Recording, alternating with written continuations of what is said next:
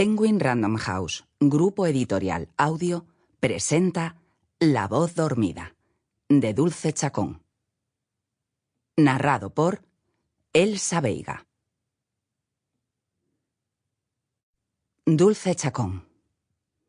La voz dormida. A los que se vieron obligados a guardar silencio.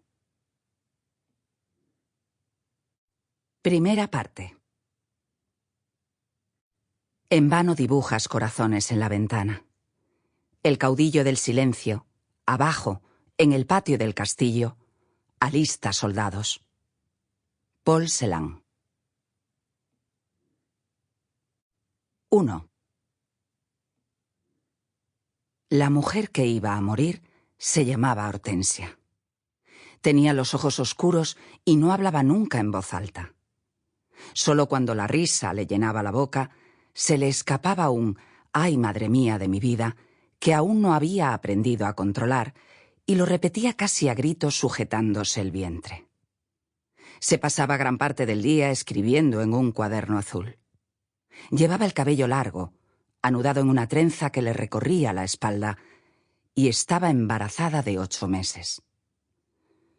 Ya se había acostumbrado a hablar en voz baja, con esfuerzo, pero se había acostumbrado.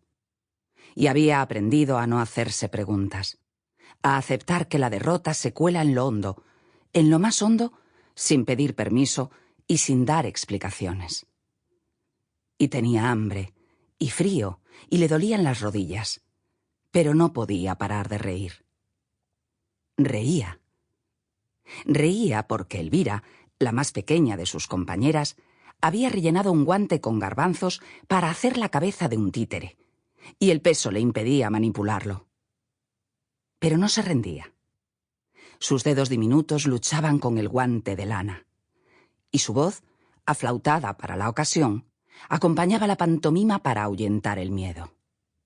El miedo de Elvira, el miedo de Hortensia, el miedo de las mujeres que compartían la costumbre de hablar en voz baja, el miedo en sus voces, y el miedo en sus ojos huidizos, para no ver la sangre, para no ver el miedo, huidizo también, en los ojos de sus familiares. Era día de visita. La mujer que iba a morir no sabía que iba a morir. 2. El muñeco de Elvira vuelve a ser guante en su mano derecha. Hortensia lo contempla, sin dejar de acariciarse el vientre y procurando que Elvira no advierta su mirada. Un guante. Un solo guante. Un guante diminuto, tejido por las manos amorosas de una madre, puede convertirse en desconsuelo si no se anda con precaución. Si la cautela deja de ser compañera de viaje por un descuido, por un instante, el tiempo suficiente para que un rostro se vuelva, para que unos ojos vean lo que hubiera sido mejor que no vieran. Hortensia se encontraba junto a Elvira en el locutorio, una habitación con un pasillo central flanqueado por vallas tupidas y metálicas. Por el interior del pasillo caminaba una funcionaria vigilando a las internas y a sus familiares. A Elvira la visitaba su abuelo y a Hortensia su hermana, Pepa. Ninguno de los 4 acertaba a oír nada. Hortensia gesticulaba para que su hermana entendiera que su embarazo no le causaba molestias. Articulaba las palabras precisas, una a una, las justas, despacio, para que Pepa llevara a su marido muchos besos de su parte.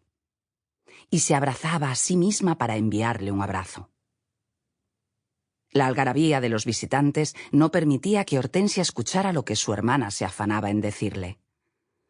A gritos, Pepa intentaba ponerla al corriente de que aún no habían fijado la fecha de su juicio. Que todavía no se sabe cuándo saldrá tu juicio. ¿Qué? El juicio, que no se sabe nada. Hortensia se agarró a la alambrada que cercaba el pasillo que la separaba de Pepa. Pepa se agarró a la alambrada de enfrente para acercarse más a ella. Fue entonces cuando ambas vieron a la guardiana que recorría el pasillo girar la cabeza y detener su mirada en el guante de Elvira. Sample complete. Ready to continue?